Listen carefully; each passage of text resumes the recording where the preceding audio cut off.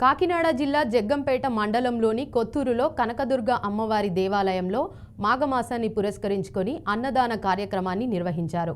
ముఖ్య అతిథులుగా ఆలయ చైర్మన్ నకిరెడ్డి శివ, ఆలయ కమిటీ సభ్యులు వెంకటరావు, బాబురావు, వెంకటరమణ హాజరయ్యారు. కనకదుర్గ అమ్మవారి ఆశీస్సులతో గ్రామ ప్రజల సహకారంతో కార్యక్రమాన్ని విజయవంతం చేయాలని చైర్మన్ నకిరెడ్డి శివ తెలియజేశారు. కనకదుర్గమ్మ ఆలయ కమిటీ తరపున జేకొత్తూరు గ్రామం, కాకినాడ జిల్లా జగ్గంపేట మండలం జేకొత్తూరు గ్రామంలో ప్రతి శుక్రవారం అన్నదానం జరుగుతున్నది. దీనికి ఆలయ కమిటీ కొద్ది ప్రోత్సాహం చేస్తుంది.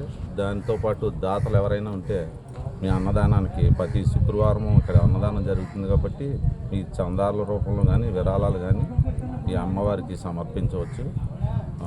అలాగే ఈరోజు మాఘమాసం సందర్భంగా మొదటి వారం మొదలుపెట్టడం జరిగింది.